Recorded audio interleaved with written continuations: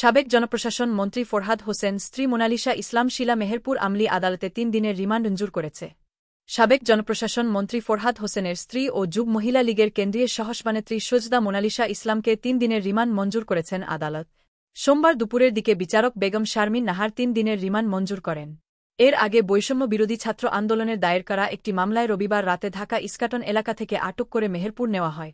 পরে করা নিরাপত্তার দুপুরে সৈয়দা মোনালিসা ইসলামকে আদালতে তোলা হয়। মামলার তদন্তকারী কর্মকর্তা জহিরুল হক সৈয়দা মোনালিসা ইসলামকে মামলায় আরও জিজ্ঞাসাবাদ এর জন্য ৭ দিনের রিমান্ড আবেদন করেন। বিচারক ৩ দিনের রিমান্ড মঞ্জুর করেন।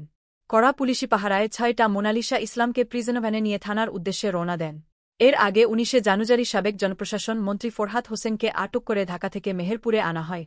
বর্তমানে সাবেক জনপ্রশাসন মন্ত্রী ও মেহেরপুর জেলা আওয়ামী লীগের সভাপতি ফরহাদ হোসেন তার দুলাভাই জেলা আওয়ামী লীগের সহসভাপতি আব্দুস সামাদ বাবলু বিশ্বাস এবং ছোট ভাই জেলা যুবলীগের যুগ্ম আহ্বায়ক সারফরাজ হোসেন মৃদুল কারাগারে বন্দী জীবন যাপন করছেন।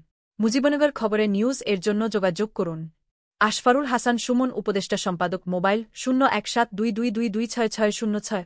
শাহিদুজ্জামান রিপন যুগ্মবার্তা সম্পাদক মোবাইল 01723004300।